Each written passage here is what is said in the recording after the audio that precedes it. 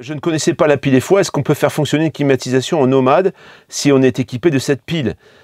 Merci, à bientôt dans une prochaine vidéo. Exactement la même réponse.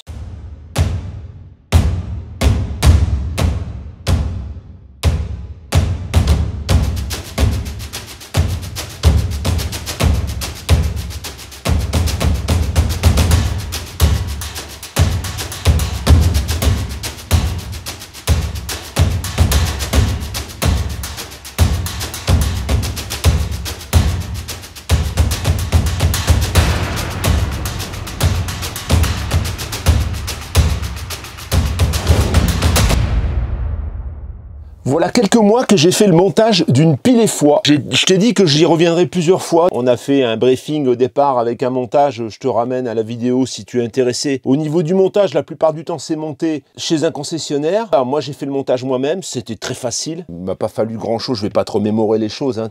Je te ramène donc à la vidéo que j'avais fait sur ce sujet. Elle est là, la pile et foie, tu vois. Donc, elle est toujours en veille, elle est toujours en fonction. J'ai consommé du carburant, bien sûr. Ça n'a pas bougé, ça marche bien. Alors, est-ce que elle m'a été utile déjà? Est-ce qu'elle a fonctionné? Combien elle a fonctionné? Combien elle a consommé? On va voir ça tout de suite sur le tableau de contrôle. Moi, j'ai choisi le contrôle par le téléphone. Je n'ai pas désiré avoir le tableau déporté. Il faut savoir, c'est que le tableau déporté, c'est une option.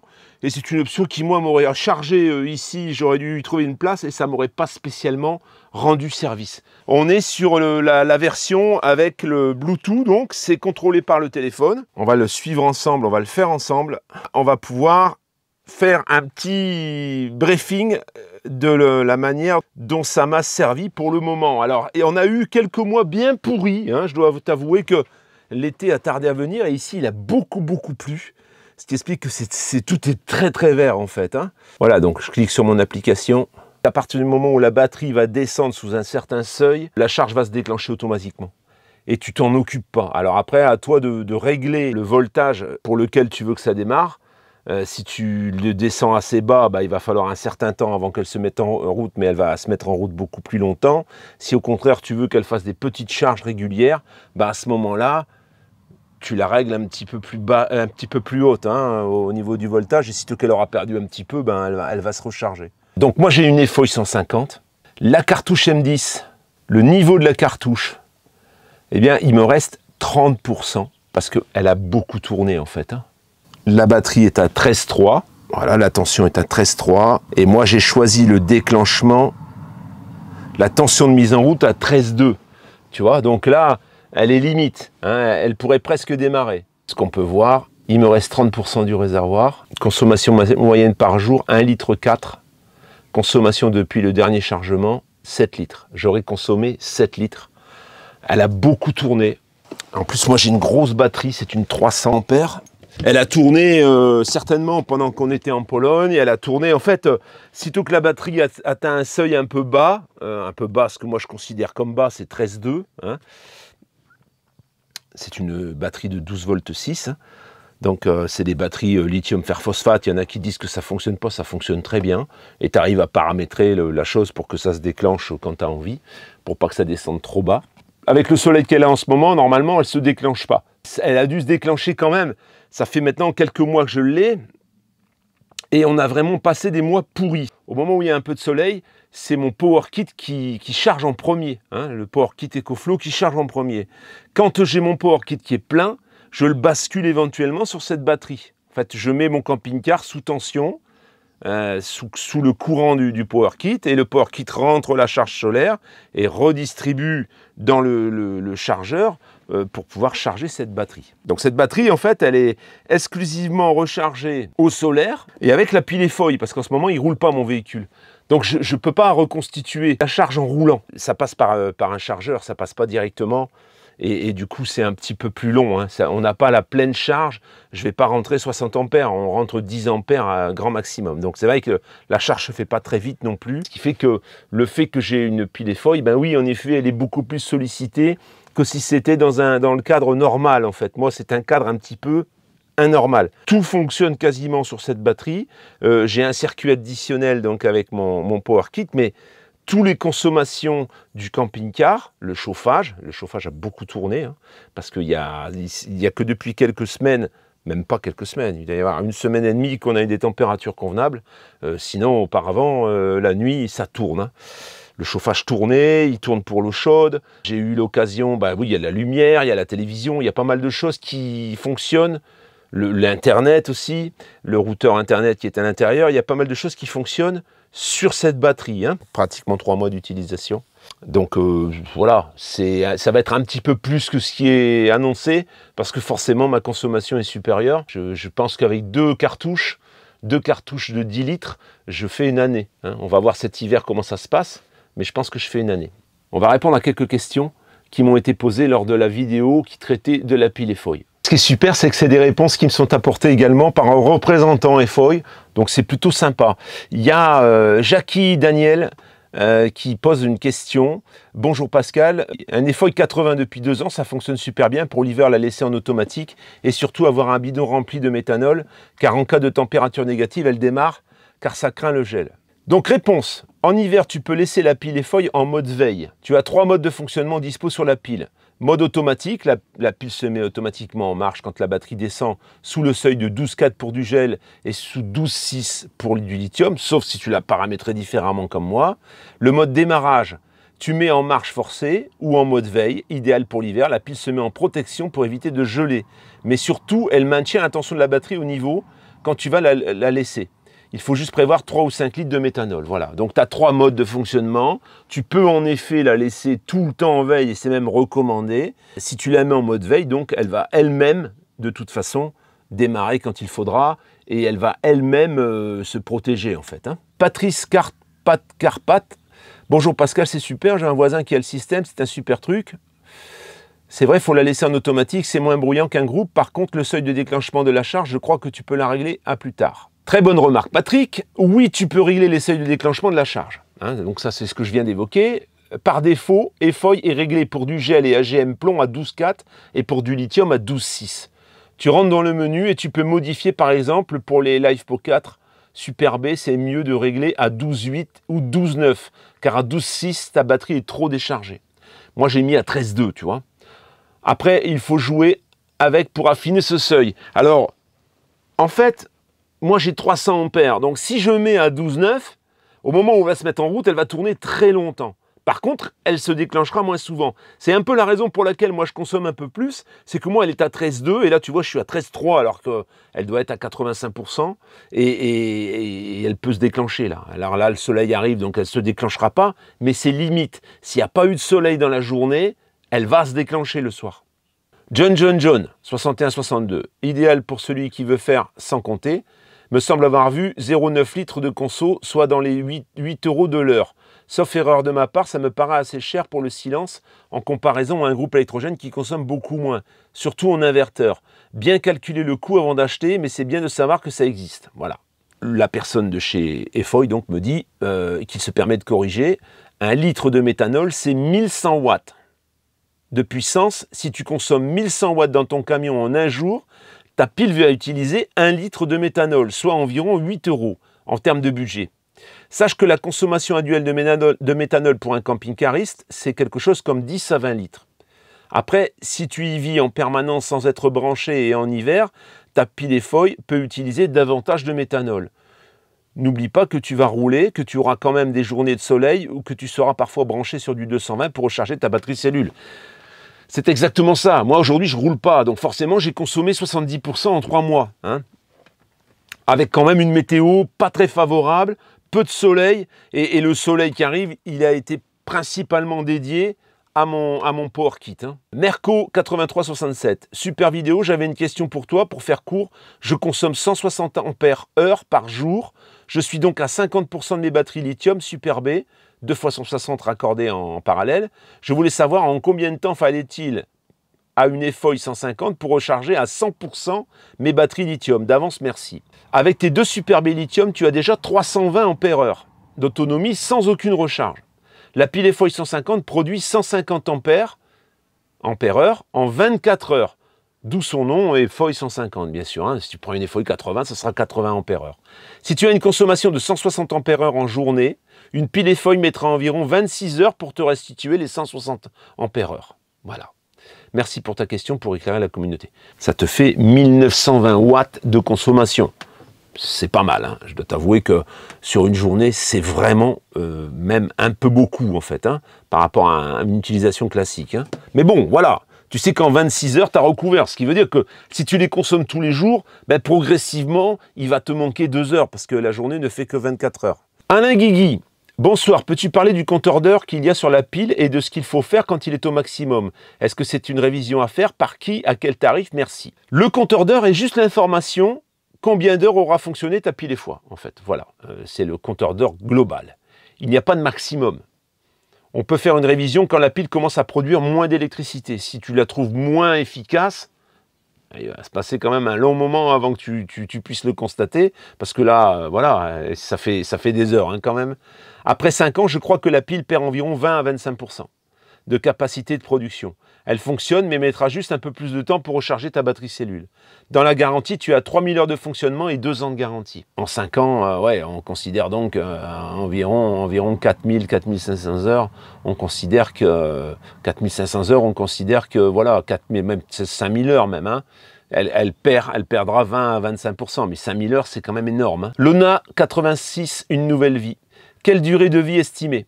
Donc, ta 150 peut produire 150 ampères par 24 heures, si j'ai bien compris, soit 6,25 ampères-heure sur une batterie déchargée, bien sûr, 6,25 x 24, 150. C'est bien ça, avec un point d'interrogation.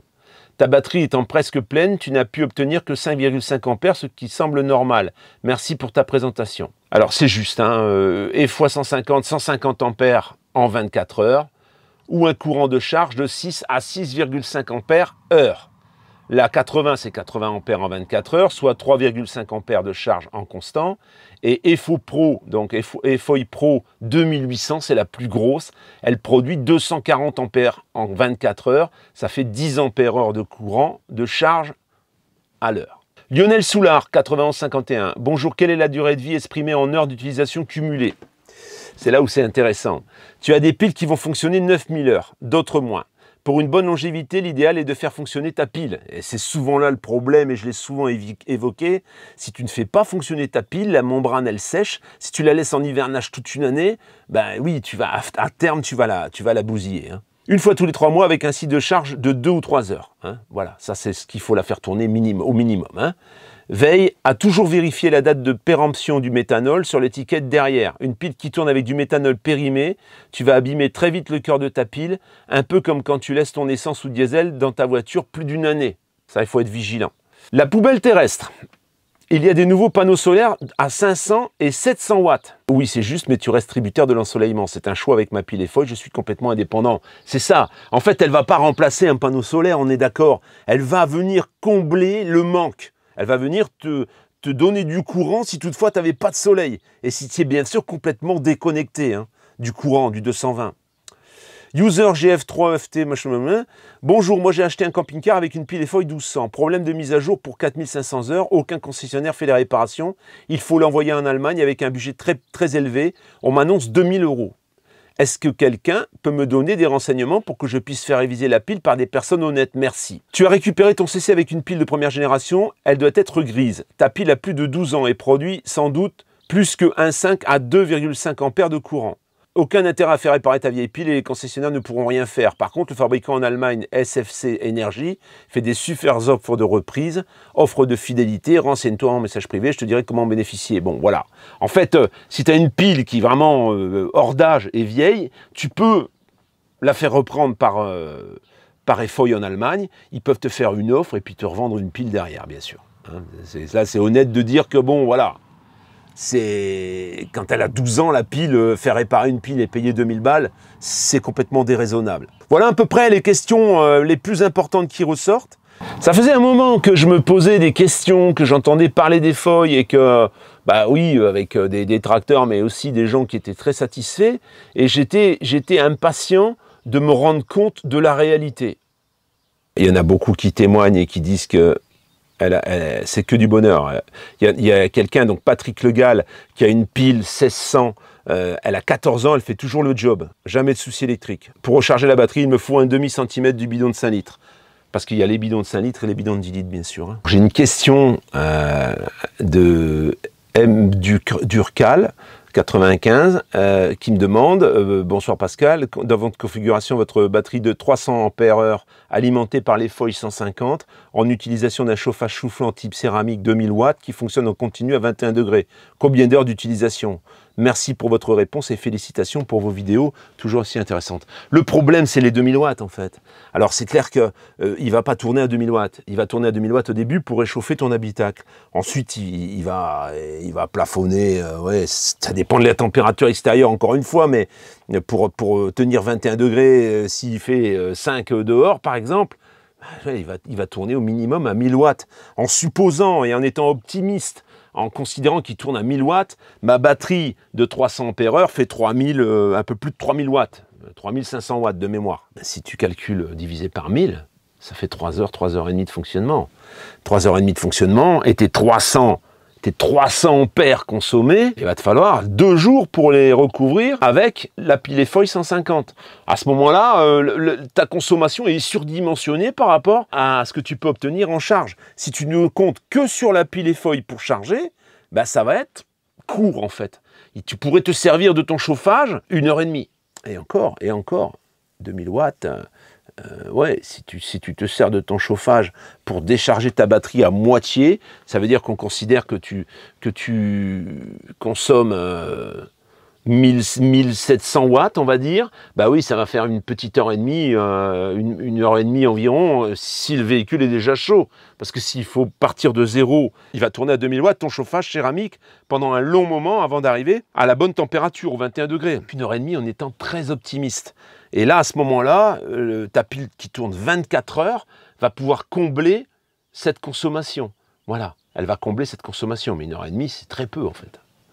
1 heure et demie de chauffage, avec les perditions énormes qu'on a dans un camping-car, tu vas pas rester chaud longtemps. Hein. C'est vraiment mettre le chauffage avant de te coucher en fait. Il y a Thierry Isa, je ne connaissais pas la pile et foie. Est-ce qu'on peut faire fonctionner une climatisation en nomade si on est équipé de cette pile? Merci, à bientôt dans une prochaine vidéo. Exactement la même réponse que pour la question précédente avec le chauffage. Une climatisation comme la mienne, par exemple, c'est 900 watts à peu près. Hein, en moyenne, ça peut aller beaucoup plus. Hier, il a fait très chaud, il a fait 31. J'ai mis ma clim, elle était à 1000 et quelques. Hein. Mais on va dire, elle consomme environ 900 watts. Les plus efficientes, elles peuvent descendre à 750 watts. 750 watts, si tu dois produire ça toute la journée, bah même on va dire 6 heures par jour à 750 watts, le calcul va être vite fait, ça te fait 4500 watts. 4500 watts, tu vois ce que je veux dire? Ça fait 375 ampères. 375 ampères, il te faut 2 piles comme celle-ci pour pouvoir combler ces 6 heures, en fait. Et pour recouvrir ce que ta batterie a perdu. Ça fait des appareils qui consomment beaucoup trop pour pouvoir être comblés dans la totalité. Alors il est clair que si maintenant tu utilises ta clim 1 heure avant d'aller te coucher, oui, pourquoi pas 1000 watts à la limite, ben 1000 watts, voilà. 1000 watts, tu vas pouvoir les recouvrir en... ça fait 83 ampères. Hein, 83 ampères, elle t'en produit 150. Tu fais le calcul, un peu plus d'une demi-journée. Hein. Elle va tourner un peu plus d'une demi-journée pour combler 1 heure de clim quand même. Hein. Faut le savoir. Il y a des consommateurs qui sont disproportionnés. Pour le camping-car 100-220, c'est quasiment impossible. Alors maintenant, il existe des clims 12 volts. J'ai pu tester l'efficacité. C'est certes un peu moins efficace que la clim de toit, ça reste quand même, voilà, ça fait quand même du froid, ça te redescend de quelques degrés, un peu comme la clim EcoFlow, hein. La clim EcoFlow, si tu mets le tuyau en plein soleil et tout, tu gagnes pas grand chose. Le tuyau, il faut le cacher en fait, hein, ce que moi j'ai fait, et là ça fonctionne. Maintenant, partir de 35 degrés pour descendre à 25, lève-toi de bonne heure, hein. C'est beaucoup plus compliqué, il faut une clim de grosse dimension. Est-ce que ça s'arrête automatiquement lorsque la batterie est pleine, demande Tatanka? Oui, ça s'arrête automatiquement. En fait, au moment où ça a atteint le seuil que tu lui as fixé, elle s'arrête. Alors, il faut éviter par contre de la faire tourner, je crois que c'est moins de 30 minutes. C'est pas bon pour sa santé. C'est indiqué 1 litre de produit pour 1110 watts. Donc 6,30 € les 1000 watts.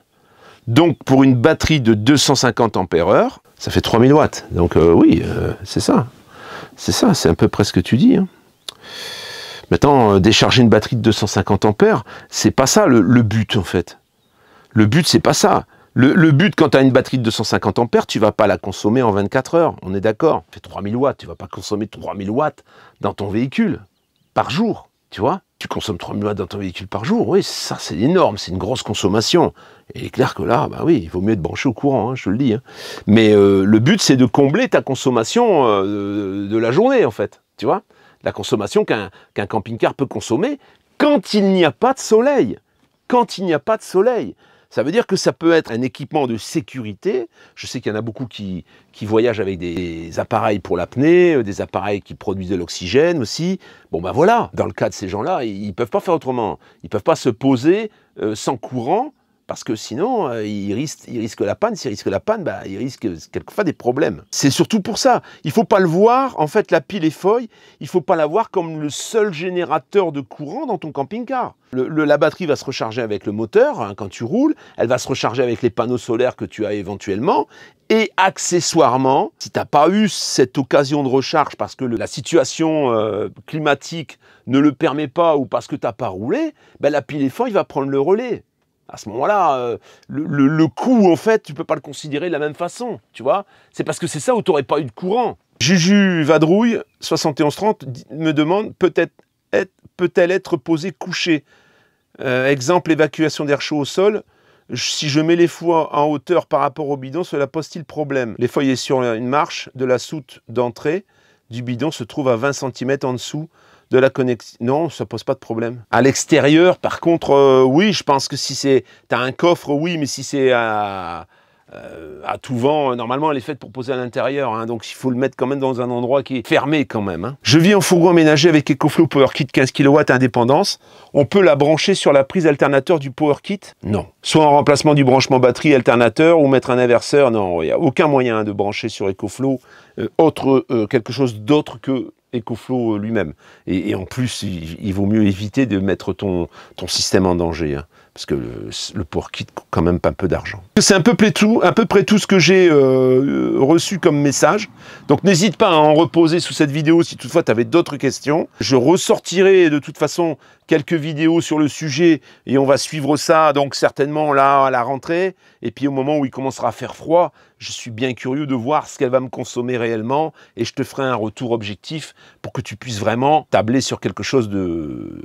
En fait, où ça te convient ou ça te convient pas. Hein, on va dire ça comme ça. Ça ne te convient pas à toutes les situations, mais ça convient à beaucoup de situations. Et en général, ceux qui ont opté pour la pile EFOY, ils en sont satisfaits. Il y en a quelques-uns qui se plaignent parce que voilà, la membrane a séché, mais ça c'est parce qu'ils n'ont pas respecté l'utilisation qu'on doit en faire. Hein, c'est-à-dire que la pile EFOY est restée déconnectée pendant presque un an, et puis ensuite, ça marche plus. Bah ouais, c'est un peu logique. Hein, dans la mesure où on te dit qu'il faut qu'elle tourne au moins 2 heures tous les 3 mois, si tu le fais pas, il faut pas t'étonner en fait. Hein. Tu sais que si tu veux en acheter une, tu peux toujours passer par moi en privé, et puis voilà, je peux t'obtenir donc une garantie extensible à 5 ans, une extension de garantie jusqu'à 5 ans. Voilà. Il faudra bien sûr que ce soit posé par un professionnel.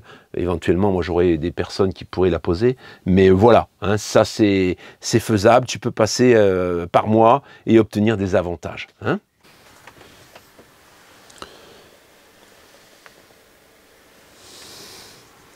Voilà, une belle journée de merde comme aujourd'hui. Ben, c'est ça toute la semaine, en fait, hein, quasiment. Donc là, c'est sûr que la pile EFOY, oui, du coup, la pile EFOY, elle va certainement se déclencher. Là, j'ai 85%, tu vois. Je ne suis pas certain de pouvoir recouvrir mes 85%, sans compter que mes 15%, sans compter que ça va encore descendre dans la journée, forcément. Si le soleil ne sort pas de la journée, eh bien oui, je pense qu'en fin de journée, la pile EFOY va se mettre en route pour recouvrir ce qui me manque. Voilà. À partir du moment où ma batterie sera descendue à 13,2, eh bien là, il y aura le déclenchement de la pile EFOY. C'est pour ça que j'ai consommé ces 7 litres depuis que j'utilise cette pile, tout simplement. Ciao la famille. You make me lose my mind like all the time. It still feels right. Stuck in a